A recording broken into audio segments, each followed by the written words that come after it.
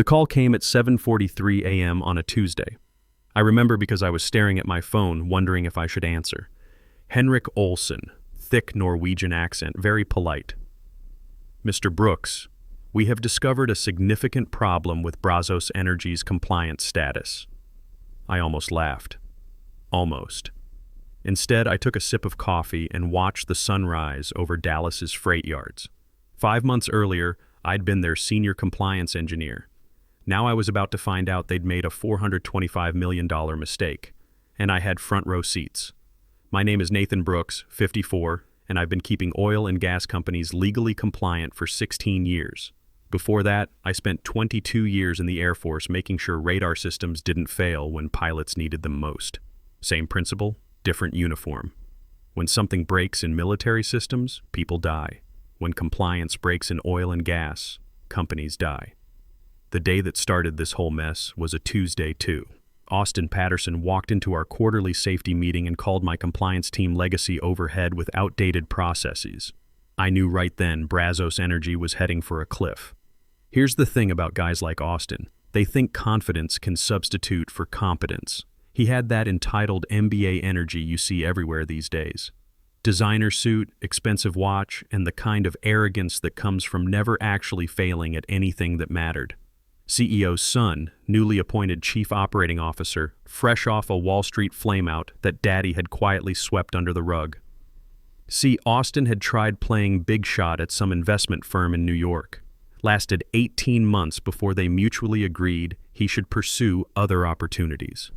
Word gets around in business circles. Apparently, he'd promised a pension fund returns on energy derivatives he didn't understand, lost them $8 million, and blamed it on market volatility. Classic case of talking big without understanding the fundamentals. But Charlie Patterson had connections, made some calls, and suddenly Austin was back in Dallas with a corner office and a new title. He didn't shake hands when we were introduced. He gave me a nod and said things like operational efficiency and AI-powered compliance monitoring while checking his phone like he'd invented productivity. Nobody asked him to present that day. Nobody stopped him either. He clicked through a PowerPoint titled Modernizing Legacy Functions, Phase 1. The slides were slick, lots of charts showing cost savings and efficiency gains. Phase 1, it turned out, was gutting my department. I'd been Brazos Energy's named SOC2 compliance officer for 12 years. That's 12 years of building safety protocols from scratch, watching regulatory changes sweep through oil and gas like hurricanes, documenting every nightmare scenario the EPA, OSHA, and API could throw at us. I had 4 external audits under my belt with 0 violations. My filing system was organized like an Air Force inventory system. Everything labeled, dated, cross-referenced. Austin didn't even know what SOC2 meant. I watched him Google it during the meeting, his fingers fumbling on his phone while he kept talking about streamlined processes. That morning, he stood there grinning with his daddy's company credit card, called compliance an outdated support function, and suggested we automate oversight using digital solutions. My department was redundant, he said, overstaffed.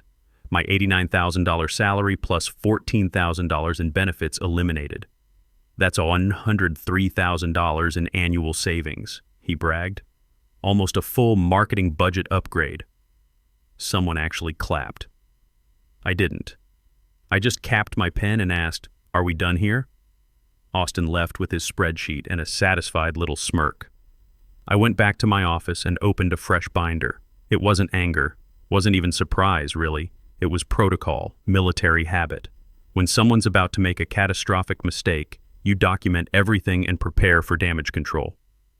Thing is, I started backing up files. Every access credential, every compliance designation, every legal document where my name appeared as the responsible authority. Most people at Brazos didn't realize our entire regulatory framework still required my formal signature. Every quarterly filing, every safety certification, every audit response had Nathan Brooks listed as primary contact. No replacement had been designated. Nobody could replace me without board approval and formal reassignment paperwork filed within 21 calendar days. But Austin didn't know that. His daddy Charlie, the CEO, probably didn't either. Charlie was old school oil and gas, built the company from nothing, but he'd started letting Austin handle the modernization initiatives. Let the boy prove himself, I'd heard him tell the board. At first, I thought someone would pump the brakes. Maybe HR would hesitate. Maybe Charlie, who once called me the guy who keeps us out of federal prison, might speak up. But nothing. HR sent the reclassification paperwork 4 days later. My new title, Senior Administrative Coordinator. My security clearance was downgraded. My invitations to leadership meetings disappeared overnight. I nodded. No complaints. Even congratulated Austin when he bragged about hitting his first efficiency target. He actually gave me a thumbs up and called me Nate. So I printed the original SOC2 designation letter, the one signed by the board in 2018, and emailed it to my personal account with a timestamp. Then I printed 2 copies. One went into my home filing cabinet, the other into a binder labeled Regulatory Continuity, Archive Only, and I quietly placed it in the legal department's storage room. 4th shelf, left side. Didn't tell anyone. See, people think revenge needs to be loud, dramatic exits and angry speeches about being unappreciated. But nobody appreciates a landmine either until someone steps on it. The real beauty was in section 12.3 of our business continuity plan, a clause I'd added 3 years ago after watching a competitor get hammered with $4.8 million in fines for improper compliance handoffs. It stated that any change to the named compliance officer must be formally reassigned by board resolution within 21 calendar days, or the designation becomes legally invalid retroactive to the vacancy date. Oil and gas compliance fines start at $18,000 per day for minor violations. After 90 days of continued violation, they escalate to $38,000 per day. The math gets ugly fast.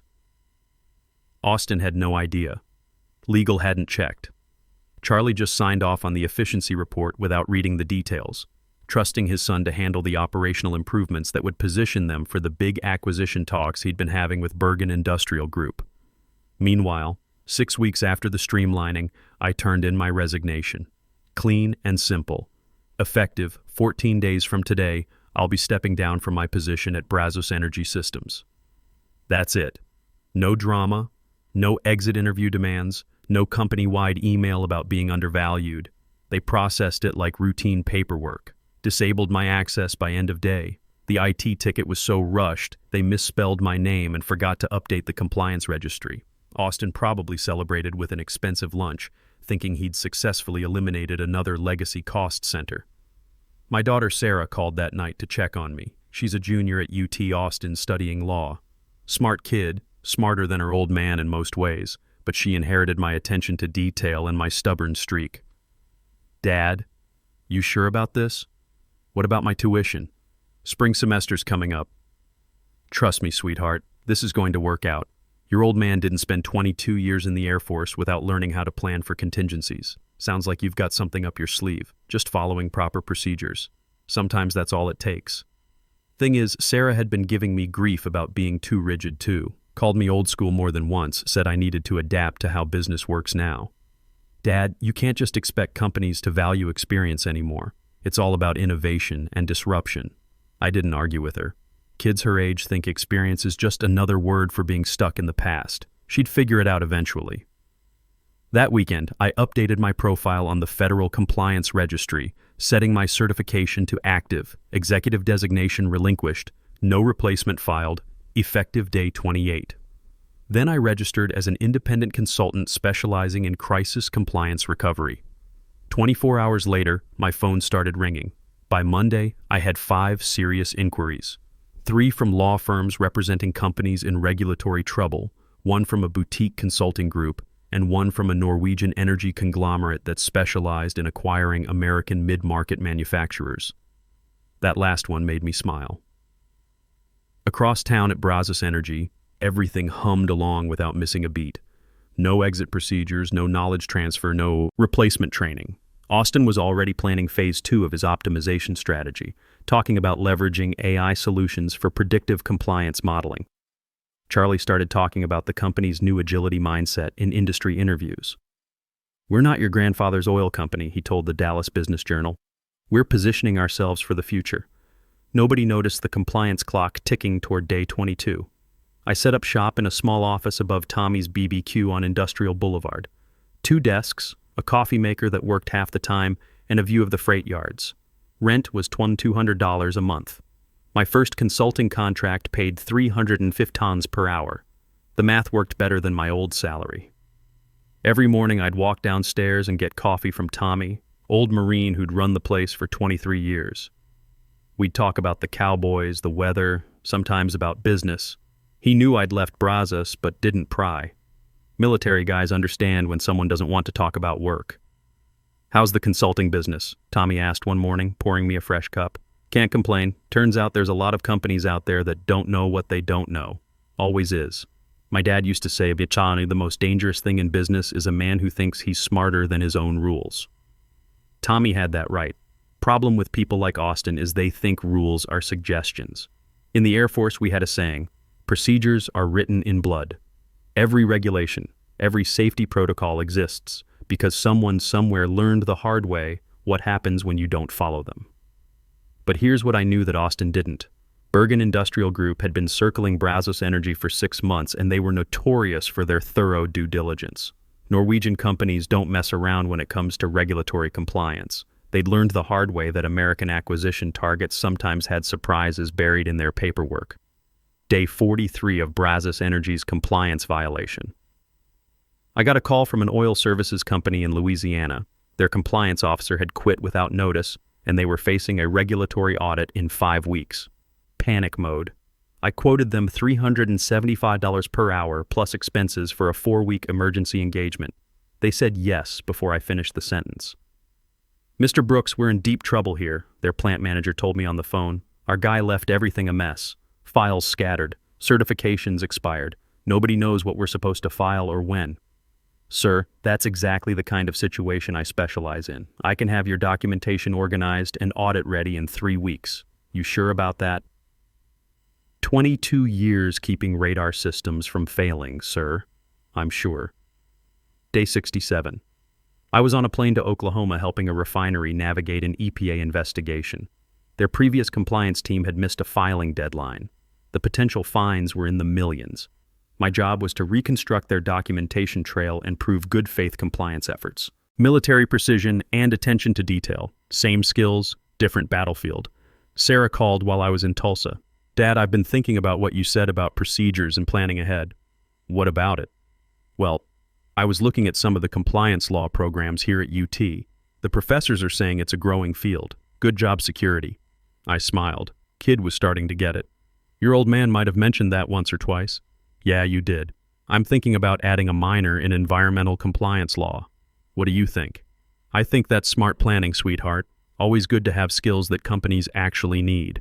Speaking of which, heard anything from your old job lately?" "Nothing worth talking about." Day 89, the escalating fine structure kicked in for Brazos Energy. Not that anyone there knew it yet. Oil and gas compliance violations become exponentially more expensive after 90 days.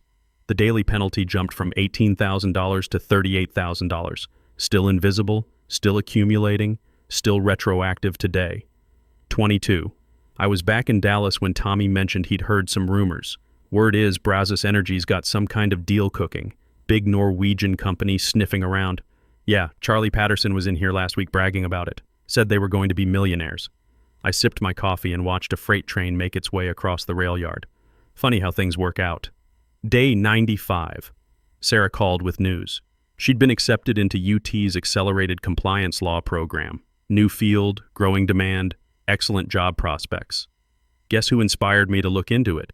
Your old man's rubbing off on you. More like I realized there's job security in keeping people out of trouble. Plus, the starting salaries are really good. Smart thinking.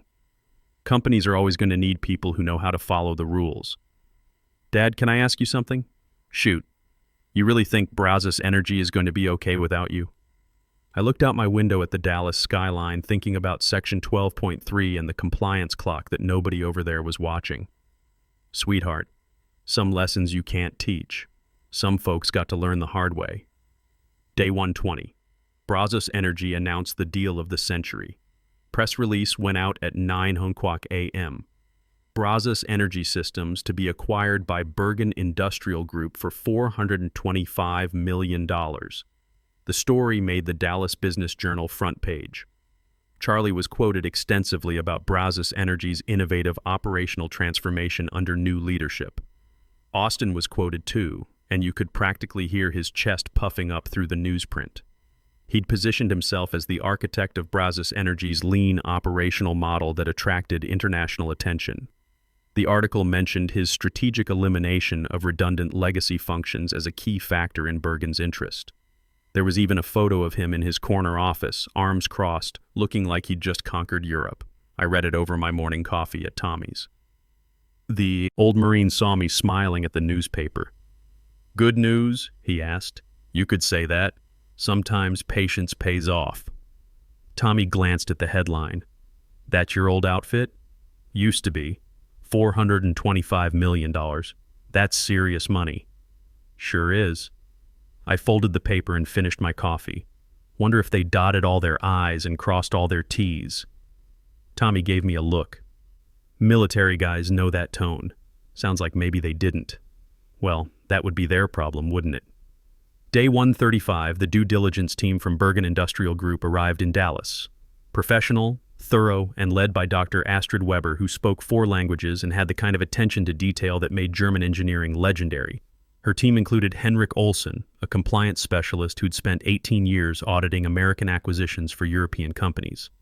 Meanwhile, back at Brazos Energy, Austin was in full celebration mode.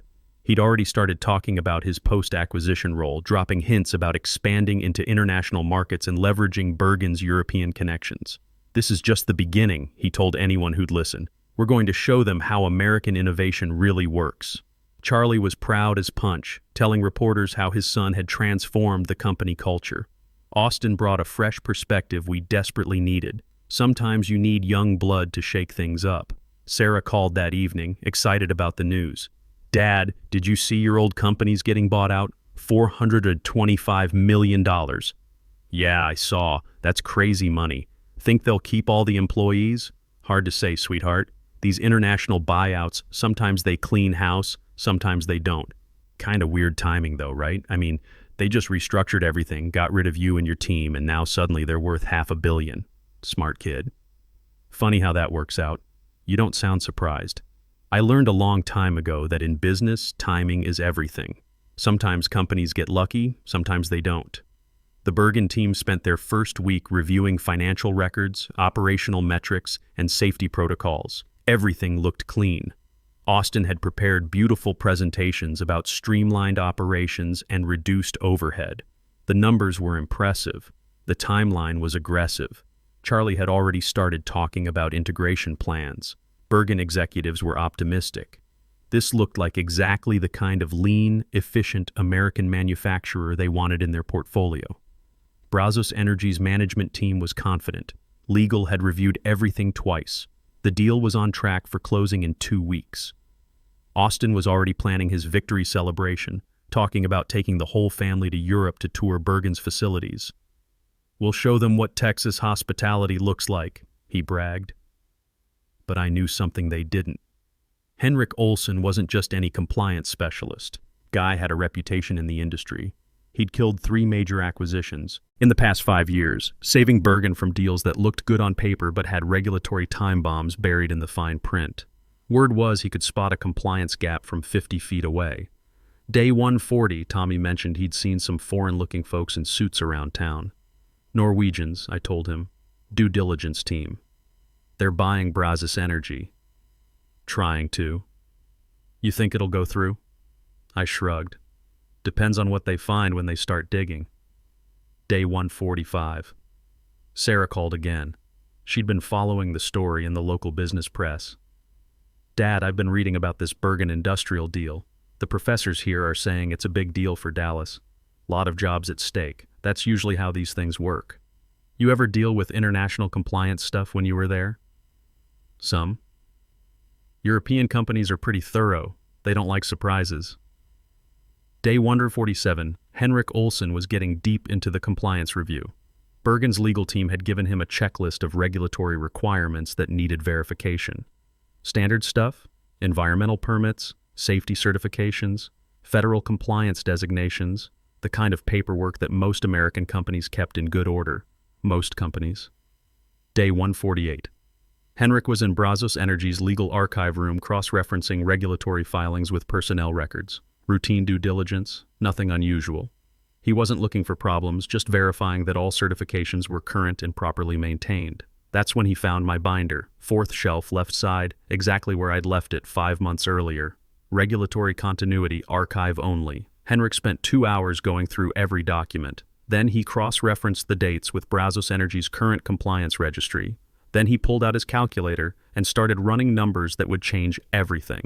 The math was simple and brutal. Day 22 through day 148 equals 126 days of compliance violation. First 90 days at $18,000 per day equals $1.62 million. Remaining 36 days at $38,000 per day equals $1,368 million. Total exposure, $2.988 million, and climbing at $38,000 per day until resolved. Henrik called Dr. Weber immediately. Day 149, Thursday morning, 9:15 a.m. Henrik Olson walked into the Brazos Energy boardroom carrying a folder that would destroy everything Austin had built. "Who is Nathan Brooks?" Henrik asked, setting the folder on the conference table. Austin looked confused. "He used to work here. We restructured his position last year as part of our operational optimization. But he is still listed as your named SOC2 compliance officer," Henrik said, opening the folder. "According to your federal registry, he remains the designated authority for all regulatory filings." Charlie leaned forward, his face already showing concern. "That's impossible. We handled his transition months ago." Henrik shook his head. "You have been operating without valid compliance authority for exactly 126 days. Your current exposure is $2.988 million, increasing by $38,000 daily." The room went dead quiet. Austin looked like someone had just told him his trust fund had evaporated. Dr. Weber closed her laptop slowly. "This is a material breach of due diligence representations. We are terminating acquisition proceedings immediately." That afternoon, Henrik called me directly. I gave him the timeline, confirmed no formal replacement had been designated. When he asked about the compliance gap, I mentioned the binder. "We found it," Henrik said. "Very thorough documentation." "Yes, sir." Seemed like prudent risk management. "Indeed. Are you currently available for consulting engagement? Depends on the scope and timeline. What did you have in mind?" Day 150. The Bergen team was packed and gone by noon. Their press release went out Monday morning. Bergen Industrial withdraws from Brazos Energy acquisition due to unresolved regulatory compliance issues. Brazos Energy's stock opened down 19% and kept falling.